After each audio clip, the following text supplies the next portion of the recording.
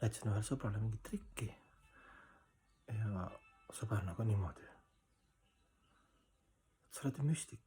Ma ütlesin, ei ole, see oli trikk. Ütles, et ei ole, ma tean, see ei ole võimalik. No mingi väike nipp oli.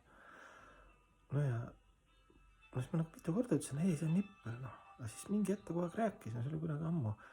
Ja siis ma mingi hetk, noh, las jääb siis tal nagu mulje, et ma olen müstik, et mul on mingi vaja, eks. Ma ei hakka talle ümber lükkama, eks. Et inimese mõistus on selline, et vaatad mõnikord tuttavad ka, mõnda tuttavat vaatad, et tal on juba abi vaja. Et spirituaalselt toredad inimesed, aga meil mõistus on selline, et ta läheb nagu uitama, siis ta juba nagu räägib, see on nii, et noh, ta arvab, et on nii. No tegelikult juba, ütleme, et teine spiritualist näeb juba, et siin on juba nimetakse mõistuse spekulatsioonid või hullumeelsus, aga no eks me oleme, bottom line on see, et bottom sidrun on siis see, et meil on kõigil vaja kontrolli ja abi.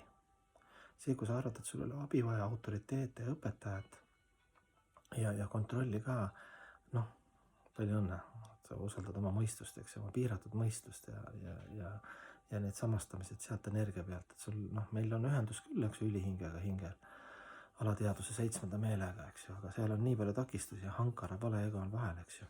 Seal vahest läheb täppi, vahest ei lähe ja vahest läheb väga lappama, eks ju. Et nagu külas ka, et noh, kui sa külas elad, et noh, tahaks igast lollust teha. Külas, noh, kõigil on silm peal.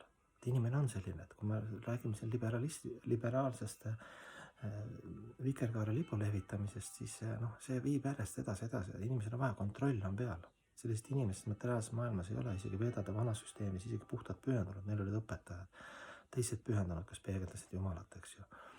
Noh, mis iganes kriitika, mis iganes, eks ju, hea sõna, õnnistused, noh, me nagu selle pealt elame. Siis on nagu rada nagu puhas.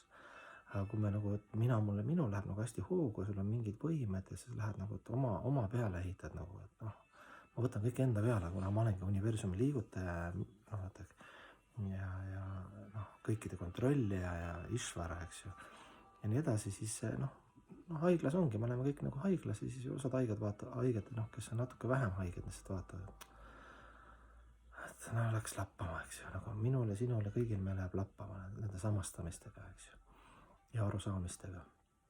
Sellepärast on Jumal ka lood autoritaarse süsteemi pühakirjad, eks ju, pühakud, vaimsed õpetajad, kes esiteks mitte ainult ei räägi ja kontrolli meid, vaid näitavad ka eeskuju. Eks ju, sellepärast need pühakirjad on need lood, eks ju, erinevad situatsioonid, kuidas neid lahendada, eks, et jääda armastusse.